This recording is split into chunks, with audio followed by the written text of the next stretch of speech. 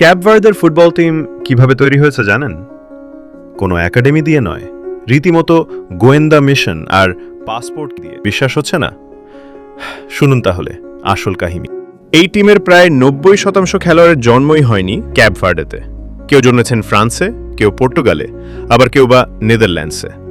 তারা ইউরোপের পরাশক্তিদের বয়সভিত্তিক জাতীয় দলেও প্রতিনিধিত্ব করেছেন। কিন্তু ক্যাপ ভার্ডের ফুটবল ফেডারেশন তাদের শিকড়ের প্রতি দায়বদ্ধতা এবং জাতীয় আবেগকে জাগ্রত করল। পূর্বপুরুষদের চেনা মাতৃভূমির গৌরব ফিরিয়ে আনার এই উদাত্ত আহ্বানে সাড়া দিয়ে তারা ইউরোপের বিলাসবহুল ক্যারিয়ারের হাতছানি উপেক্ষা করে বেছে নিলেন নিজেদের পিতৃভূমির নীল জার্সি। এভাবেই প্রবাসে বেড়ে ওঠা এক ঝাঁক তরুণ এক পতাকার নিচে এসে হয়ে উঠলেন অপরাজেয় ব্লু শার্কস।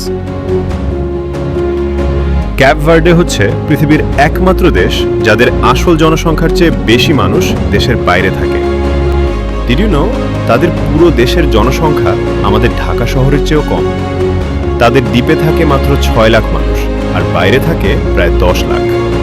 ফুটবল অ্যাসোসিয়েশন দেখল ঘরে তো প্লেয়ার নেই।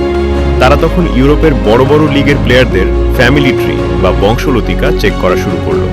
২০০০ সালে এরা ছিল ফিফা র্যাঙ্কিংয়ে ১৮২ নম্বরে, আর বর্তমানে ২০২৬ সালে তারা বিশ্ব ফুটবলের অন্যতম সমীহ জাগানো দল হিসেবে ফিফা র্যাঙ্কিংয়ের ৬৪ নম্বরে অবস্থান করছে। এই অভাবনীয় পথ চলাতেই তারা বিশ্বকাপে স্পেনের মতো $1 বিলিয়ন পরাশক্তিকে গোলশূন্য রুখে দিল।